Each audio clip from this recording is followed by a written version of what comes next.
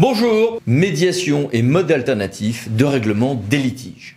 Il y a diverses modalités en droit public de règlement non juridictionnel des litiges, à commencer bien évidemment par la transaction, qui est possible dans certains domaines seulement, et avec certaines limites, notamment sur les domaines où l'on peut transiger, et ensuite on peut décider qu'il y a homologation ou non par le juge administratif. Avec d'ailleurs, sur la question de confidentialité, des spécificités propres au droit public qui surprennent toujours les privatistes. Plus exotique dans le monde du droit public, c'est le recours extrêmement rare en fait à l'arbitrage international. Mais voici quelques références amusantes à ce propos qui sont intervenues essentiellement en matière aéroportuaire. Plus courant, en réalité pas toujours avantageux pour les acheteurs publics, mais bon, sont les systèmes de comités consultatifs de règlement amiable des différends du code de la commande publique. Et puis, il y a des régimes de mutualisation de risques, d'indemnisation, c'est l'ONIAM, c'est l'amiante, etc., qui en réalité conduisent là aussi à assurer un règlement extra-juridictionnel d'immenses flots de litiges. Et puis, à côté de tout ceci, il y a des tas d'intervenants. On peut avoir des négociations entre avocats conduisant ensuite à des règlements extra-juridictionnels des litiges qui peuvent passer par des transactions et même tout simplement parfois par l'acceptation en réalité d'une demande préalable en matière indemnitaire, etc. en tout ou partie. Il peut arriver que l'intervention de différents acteurs, y compris le défenseur des droits, que l'on aime ou pas voir débouler dans ces dossiers administratifs, mais que cela conduise aussi à une acceptation ou un règlement extra-juridictionnel des litiges.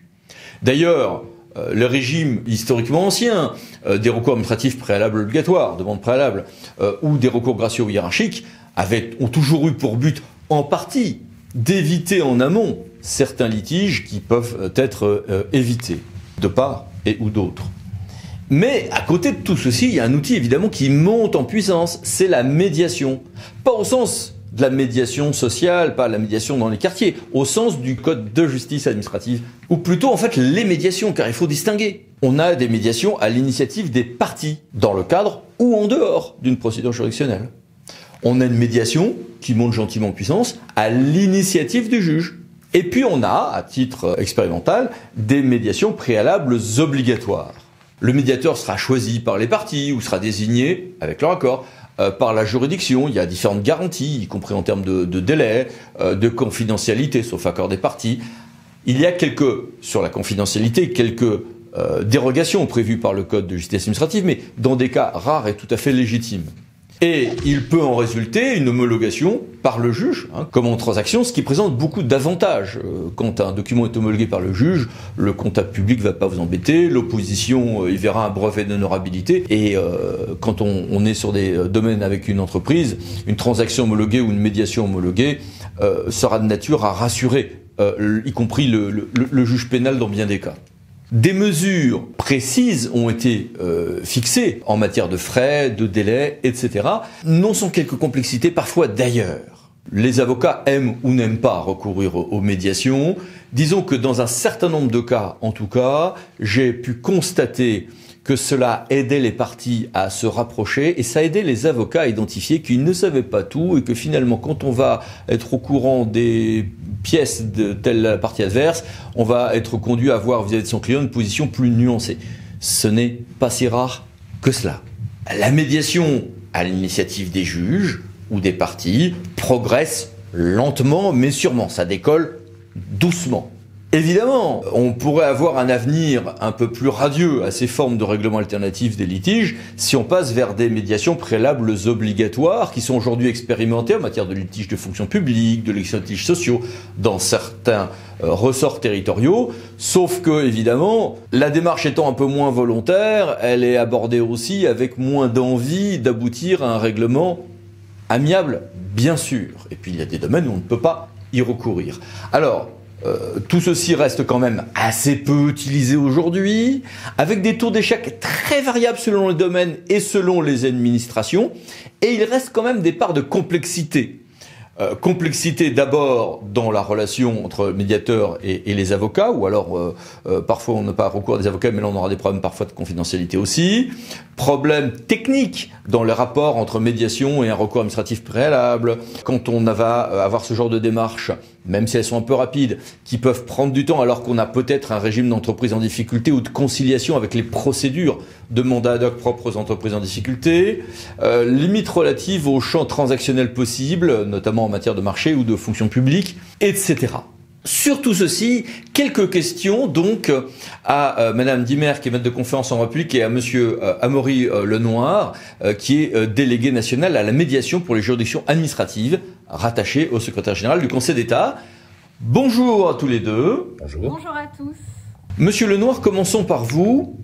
Tout d'abord, pourquoi la médiation ? Oui, alors, si vous voulez, derrière cette question de l'intérêt du développement de la médiation pour les juridictions administratives, je pense qu'il faut déjà commencer par dresser un rapide constat, celui de la judiciarisation croissante de notre société. En ce qui concerne les juridictions administratives, on est sur un phénomène de doublement de la masse contentieuse approximativement tous les 10 ans, et ce depuis une trentaine d'années, avec pour certaines juridictions une inflation à hauteur de plus 5, plus 6, plus 8% chaque année. À côté de ça, comme vous le savez, les moyens dévolus aux juridictions administratives pour assurer ces différentes missions, comme dans la sphère judiciaire dans sa globalité, n'évoluent pas significativement, en tout cas pas de manière suffisante pour pouvoir absorber ce surplus de saisines contentieuses. Donc il faut trouver des alternatives.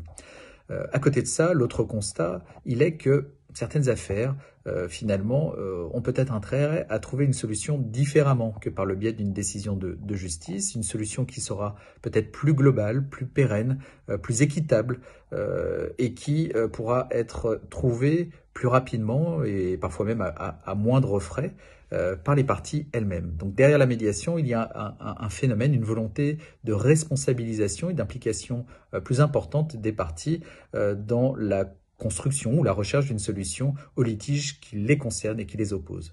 Donc je dirais l'intérêt du développement de la médiation pour les juridictions administratives, il est sur la forme pour diminuer le volume et la masse contentieuse qu'elle est amenée à traiter. Alors même si on n'aura pas un désengorgement des juridictions par le biais de la médiation, on aura une réduction, qu'on espère le plus significative possible, de la masse contentieuse par le biais des MARD et notamment de la médiation.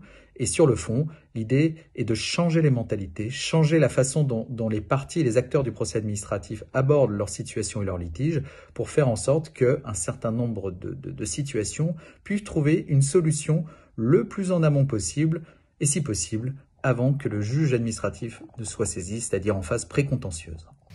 Et passons à vous, madame. La médiation est-elle facilitatrice de la déjudiciarisation du contentieux administratif ? Déjudiciariser signifie ôter le contentieux au juge administratif. Cette affirmation résonne comme un faux procès fait à la médiation. En effet, le juge est aussi un acteur de la médiation. D'abord parce que ce peut être tout à fait le juge qui ordonne une médiation, qui propose une médiation aux parties. De plus, lorsque les parties entament une médiation, elles peuvent tout à fait l'arrêter pour entamer une procédure contentieuse, ou alors, si la médiation a réussi, elles peuvent faire homologuer l'accord. Le juge n'est donc pas totalement exclu de la médiation administrative. Et dans ce cadre-là, le passage à la médiation contrainte serait-elle contre-productive selon vous ? En effet, le terme médiation préalable obligatoire comporte une grosse épine, le fait de contraindre les parties à discuter. Pourtant, il faut savoir que même dans le cas d'une médiation préalable obligatoire, l'espace de liberté est préservé. Les parties vont toujours pouvoir communiquer. De plus, la médiation préalable obligatoire n'est pas une impasse procédurale. Les parties ont toujours la possibilité de l'arrêter et d'entamer, si elles le souhaitent, une procédure contentieuse. Eh bien, merci beaucoup. Au revoir. Merci à tous. Et au revoir. Au revoir. Et merci à vous. À bientôt pour une nouvelle vidéo, les 5 minutes juridiques par Lando et associés pour VK. Pensez à vous abonner. Merci, au revoir.